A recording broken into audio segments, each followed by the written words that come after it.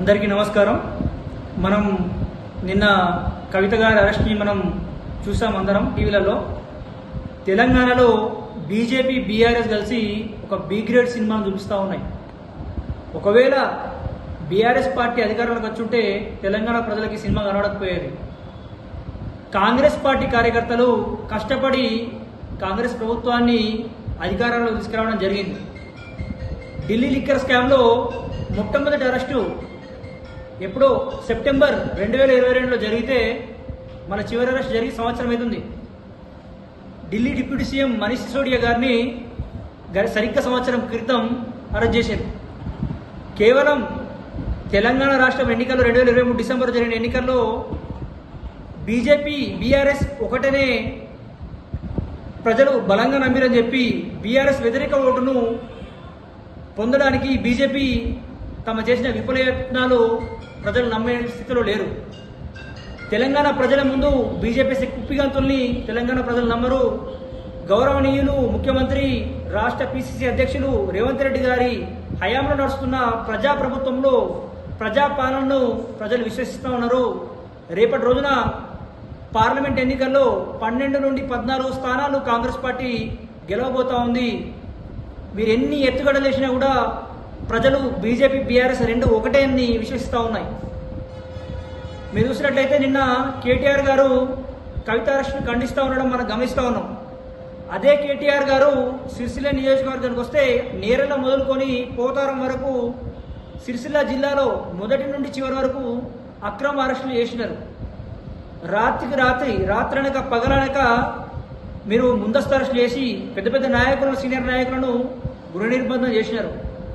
కాబట్టి ఇక మీ B grade cinema బంద్ చేసి మీ దుకాణం బంద్ అయింది. మీరు ఎన్ని జాకీలు పెట్టి లేపినా ఎన్ని సినిమాలు చూపెట్టినా కూడా తెలంగాణ ప్రజలు నమ్మేస్తలేరు. ఇలా మధ్యాహ్నం చూస్తున్నాం సిరిసిల్ల అంబేద్కర్ విగ్రహం దగ్గర మళ్ళీ అగ్గంటి పెట్టుకుని ఒక టీఆర్ఎస్ కార్యకర్తను బలి చేసే ప్రయత్నం చేశారు. దయచేసి టీఆర్ఎస్ కార్యకర్తలకు నేను విజ్ఞప్తి చేస్తా ఉన్నా, అనవసరంగా రెచ్చిపోకండి. తెలంగాణలో శ్రీకాంత్ ఆత్మహత్య చేసుకుంటే వాళ్ళ శివాల మీద పునాదులు వేసుకొని ఈరోజు రెండు పర్యాయాలు కేసీఆర్ గారు అందరూ బిల్డింగ్ కట్టుకున్నారు. దుబాయ్లో బుర్జ్ ఖలీఫాలో ఫ్లాట్ కొనుక్కుంది కవితక్క. బంజారా హిల్స్లో పెద్ద విల్లా కట్టుకున్నది. ఇట్లా మీరు ప్రాణత్యాగాలు చేస్తే వాళ్ళు బిల్డింగ్ కట్టుకుంటా ఉన్నారు. కాబట్టి ఇయర అంబేద్కర్ విగ్రహం దగ్గర సిరిసిల్ల అంబేద్కర్ చౌరస్తా దగ్గర ఒక వ్యక్తి ఆత్మహత్య చేసుకోబోయిండు. కాబట్టి మీరు ఇలాంటి బలిదానాలు చేయొద్దు.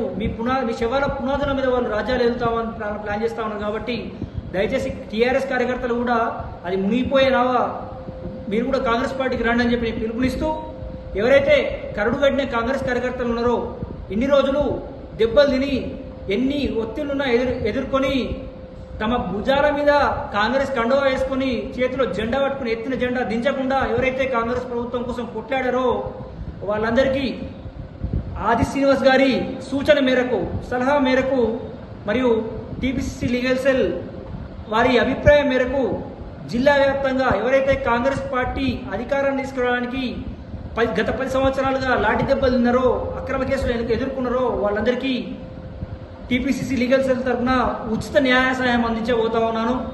అదేవిధంగా మనం చూస్తూ ఉన్నట్టయితే సిరిసిల్లలో సహజ వనరులను దెబ్బతీసారు, సహజ వనరులను దోచుకున్నారు.